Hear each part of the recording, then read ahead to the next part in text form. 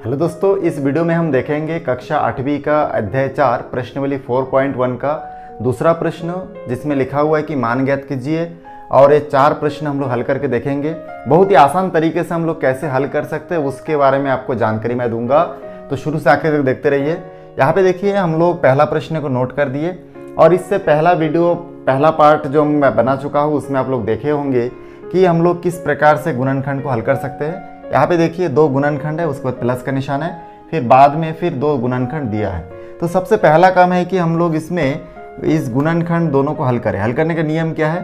पहला पद के साथ दूसरा गुणनखंड जो है उन दोनों को गुना करना। तो पहला पद क्या है? इसमें x है, तो इस x के साथ मैं क्या करूँगा, इन दोनों को आपस में इस प्रकार गुना, मतलब कोष्टक के रूप में नोट करूँगा। उसके बाद दूसरा पद क्या है? इसमें प्लस y है, तो प्लस y के साथ फिर इन दोनों को मैं क्या करूँगा, देखिए इस प्रकार से गुणनखंड के रूप में, मतलब कोष्टक के रूप में बिठा दूंगा। तो ये दोनों हल हो चुका है। उसके बाद देखिए यहाँ पे प्लस है, तो यहाँ पे हम लोग प्लस का निशान देंगे। उसके बाद यहाँ पे पहला पद क्या है? 3x, इसके साथ हम लोग y + 2x को गुना करेंगे, तो यहाँ से हो जाएगा 3x y + 2x। उसके बाद दूसरा पद इसमें प्लस y दिख रहा है, इसके साथ फिर पुनः हम लोग इन दोनों को गुना कर देंगे। उसके बाद देखिए यहाँ पे हो जाएगा आपका प्लस y और हो जाएगा y + 2x। बहुत सिंपल था।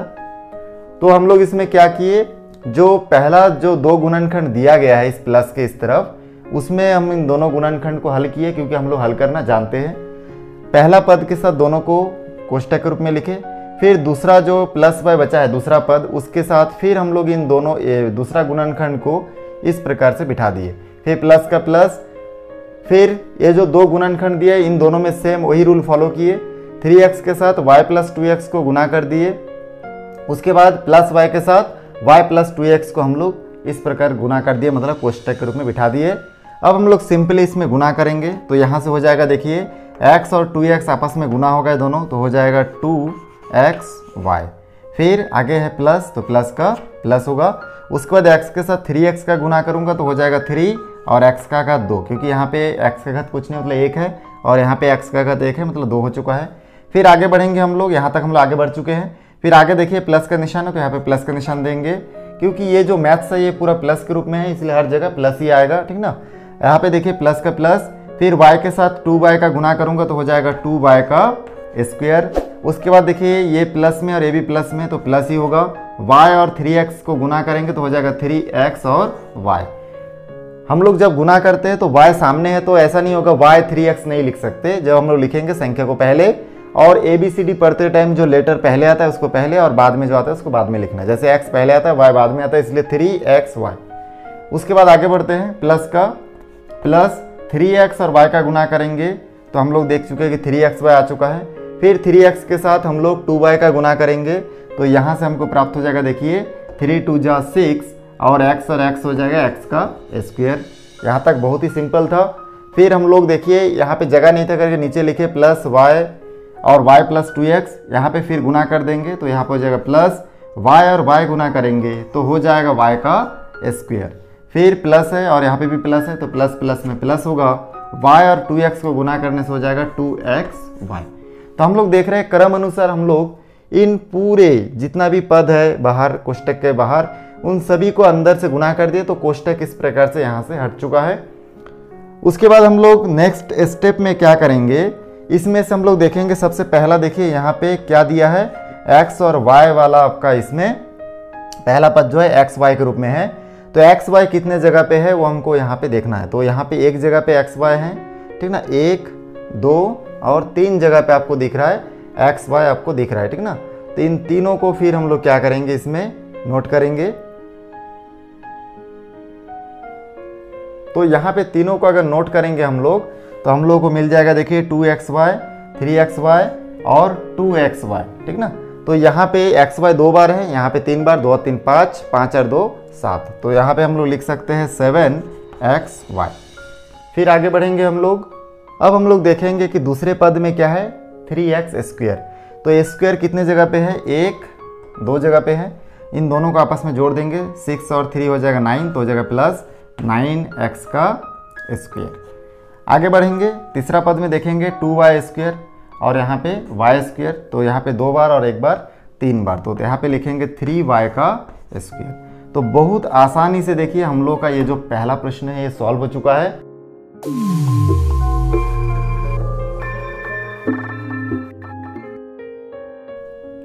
दोस्तों अब हम लोग दूसरा प्रश्न देखेंगे कैसे हम लोग हल कर सकते हैं।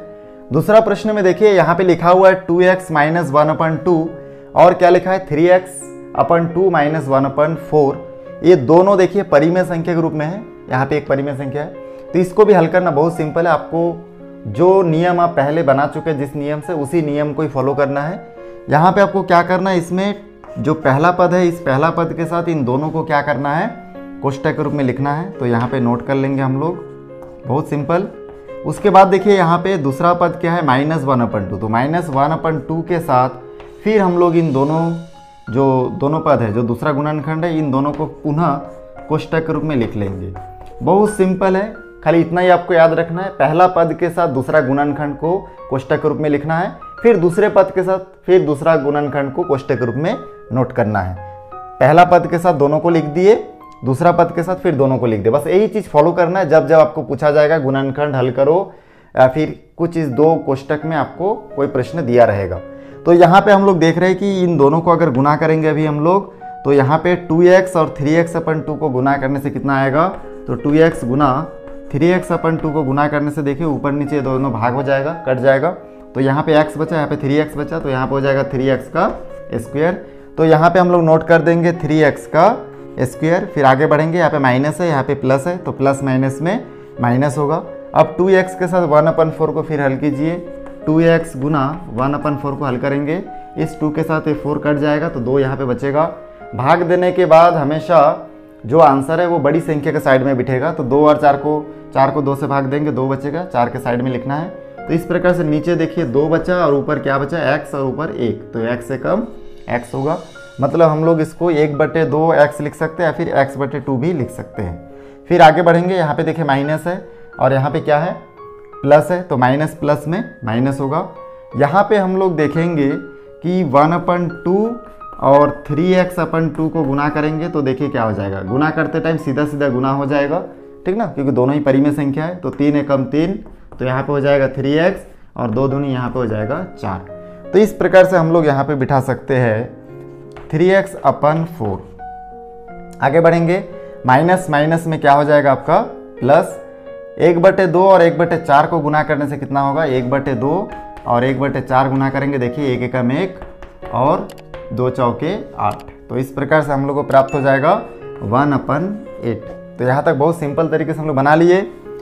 आगे हम लोग देखेंगे यहाँ पे x² कहीं पे है क्या, नहीं है, तो यहाँ पे 3x का स्क्वायर होगा। यहाँ पे देखिए x वाला x का घात 1 मतलब कुछ नहीं है, ऐसा वाला कितना पद है, 1 2 पद है।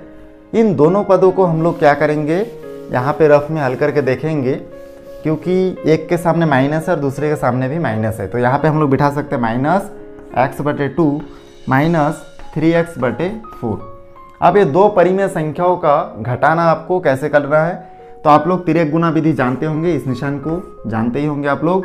इसमें क्या करते हैं, सबसे पहले लाइन खींच के नीचे वाला संख्या मतलब इस लाइन को फॉलो करते हैं, तो हो जाएगा 2 चौके 8। उसके बाद यहाँ पे हम लोग इस लाइन को फॉलो कर सकते हैं जिसमें 4 के साथ x का मल्टीप्लाई होगा और माइनस पहले से, तो माइनस x और 4 हो जाएगा 4x। मध्य में माइनस है तो माइनस, और इस लाइन को फॉलो करेंगे मतलब 3x के साथ 2 का गुना करेंगे, तो अब 3 दूनी 6 और x का x। फिर देखिए माइनस माइनस में प्लस होगा, तो यहाँ से प्राप्त हो जाएगा -10x और यहाँ पे 8 का 8 होगा, बहुत सिंपल। तो -10x और 8 इसको हम लोग लिख सकते हैं, -10x/8 को लिख सकते हैं और प्लस 1/8 का 1/8 हम लोग यहाँ पे बिठाएंगे। यहाँ पे हम लोग 10x/8 को और छोटे रूप में लिख सकते हैं। तो इसको कैसे लिखेंगे छोटे रूप में, उसके लिए आपको 1 से 10 तक का खाली पहाड़ा आना चाहिए। देखिए तो यहाँ पे हम लोग 10 और 8 को छोटे रूप में कैसे लिखने के लिए 10 के जगह पे हम लोग क्या लिख सकते हैं, 2 पंजे 10 और 8 के जगह पे लिख सकते हैं 2 चौके 8। तो ये 2 कैंसिल हो जाएगा, यहाँ पे 5/4 बचेगा। 5 जो है विषम है और 4 जो है सम संख्या है। तो यहाँ पे ये गणित यहाँ पे बन जाएगा। यहाँ पे हम लोग लिख सकते हैं 3x² माइनस 5/4 और x का x रहेगा प्लस 1/8 होगा। इस प्रकार से देखिए हम लोग का ये दूसरा प्रश्न भी बहुत आसानी से कंप्लीटली सॉल्व हो चुका है। अब हम लोग इसमें तीसरा प्रश्न को भी बना के एक बार देख लेते हैं।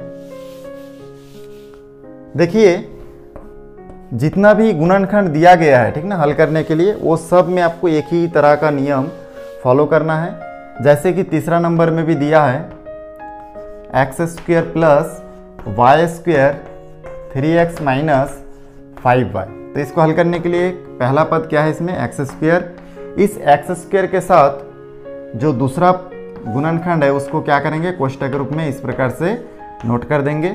फिर दूसरा पद में क्या दिख रहा है, देखिए प्लस वाई स्क्वायर। तो प्लस वाई स्क्वायर के साथ फिर इन दोनों को क्या कीजिए, कोष्ठक के रूप में नोट कर लीजिए।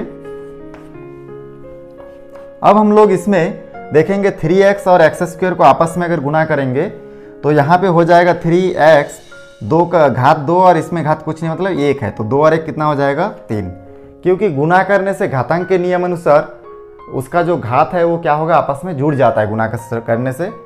यहाँ पे फिर माइनस है, यहाँ पे कुछ नहीं है तो माइनस का माइनस 5y है और यहाँ पे एक्स स्क्वायर है तो एक साथ लिखेंगे तो 5x स्क्वायर y हम लोग लिख सकते हैं। एक्स स्क्वायर को पहले में इसलिए लिखा क्योंकि ABCD आप लोग पढ़ेंगे तो उसमें x पहले आता है, y बाद में आता है। फिर प्लस का प्लस, यहाँ पे देखेंगे हम लोग 3x के साथ y स्क्वायर का गुणा करेंगे तो यहाँ पे भी लिखेंगे 3xy का स्क्वायर, प्लस माइनस में माइनस होगा, y स्क्वायर और 5y आपस में गुणा होगा तो 5y का घात 3 होगा। क्योंकि यहाँ पे y का घात 2 है और यहाँ पे y का घात कुछ नहीं, मतलब 1 है, तो 2 और 1 3 हो जाएगा। तो बहुत आसानी से देखिए ये हमारा लाइन हो चुका है। यहाँ पे x का घात 3 है, कहीं पर भी नहीं है। एक्स स्क्वायर y कहीं पे नहीं है, देखिए यहाँ पे x y स्क्वायर है, ठीक ना, एक्स स्क्वायर y नहीं है, तो ये दोनों अलग है। ये भी देखिए y का घात 3 कहीं पर भी नहीं दिख रहा है। तो इसका मतलब ये हमारा करेक्ट क्या होगा, आंसर होगा। तो इस प्रकार तीसरा नंबर क्वेश्चन भी बहुत आसानी से सॉल्व हो चुका है। दोस्तों मेरा वीडियो आपको अच्छा लगता है तो लाइक करें, शेयर करें, सब्सक्राइब करें और बेल आइकन को प्रेस करें। कमेंट्स में जाके मेरे को बताइए कौन से टॉपिक में आपको दिक्कत है, उस टॉपिक का वीडियो मैं बना के अपलोड करूँगा। तो यहाँ पे अब हम लोग देखेंगे चौथा नंबर प्रश्न, ठीक ना। चौथा प्रश्न में देखिए क्या लिखा हुआ है, उसको देखेंगे। चौथा प्रश्न में लिखा हुआ है a प्लस बी और a प्लस बी, ठीक ना। तो हम लोग पहला भी देख चुके हैं, दूसरा भी हो चुका है, तीसरा, अब चौथा हम लोग कंप्लीट करेंगे। तो यहाँ पे हम लोगों को दिया है a प्लस बी और a प्लस बी। इसका मैं बीच में एक शॉर्ट्स भी अपलोड किया था, उसमें आप देखें कि कैसे हम लोग जो सर्वसामिका का 3 सूत्र है, ठीक ना, a प्लस बी का whole square, a minus b का होल स्क्वायर और a प्लस बी और a माइनस बी का फार्मूला क्या होगा उसको मैं बताया था ट्रिक। तो उसी के अनुसार ये भी देखिए गुना करके भी हम लोग ला सकते हैं। हमको मान के चलिए a प्लस बी का सूत्र मालूम नहीं है तो हम लोग डायरेक्ट गुना कैसे करेंगे, पहला पद के साथ दोनों को कोष्ठक के रूप में बिठाएंगे तो यहाँ पे हो जाएगा a प्लस बी, फिर दूसरा जो पद है उसके साथ फिर a प्लस बी को कोष्ठक के रूप में बिठाएंगे। अब हम लोग इसमें इन दोनों को गुना करेंगे तो हो जाएगा a स्क्वायर, इन दोनों को गुना करेंगे तो a और b हो जाएगा, इन दो b और a को गुना करेंगे तो a b लिखेंगे, b और a नहीं लिखेंगे क्योंकि ABCD में पहले a आता है फिर b आता है, उसके बाद प्लस और प्लस में प्लस होगा, b और b का हो जाएगा b का स्क्वायर। अब देखिए यहाँ पे a स्क्वायर कहीं पे दिख रहा है क्या, चेक करना है, नहीं दिख रहा है तो यहाँ पे a स्क्वायर का a स्क्वायर बिठाइए। फिर दूसरा पद में देखिए ये भी ऐसे क्रम अनुसार चेक करना है आपको, तो ये भी है और ए बी यहाँ पे भी है, बाकी जगह नहीं है। तो यहाँ पे ए बी के सामने कुछ नहीं मतलब 1 है, यहाँ पे ए बी के सामने कुछ नहीं मतलब 1 है, तो 1 और 1 2 लिख सकते हैं, तो प्लस 2ab और आखिरी में क्या बचा देखिए बी स्क्वायर, कहीं पे नहीं है तो बी स्क्वायर का स्क्वायर। इसका मतलब a प्लस बी और a प्लस बी का सूत्र क्या होता है, a square plus 2ab plus b का स्क्वायर। तो बहुत आसानी से हम लोग ये जो दूसरा प्रश्न में बताया था कि मान ज्ञात कीजिए, ये भी देख लिए। इसके बाद नेक्स्ट वीडियो में हम लोग देखेंगे कि हम लोग कैसे मान रख के फिर उसको जांच कर सकते हैं, ठीक ना, तो उसको भी देखेंगे। मेरे वीडियो को शुरू से आखिरी तक देखें। बहुत बहुत धन्यवाद।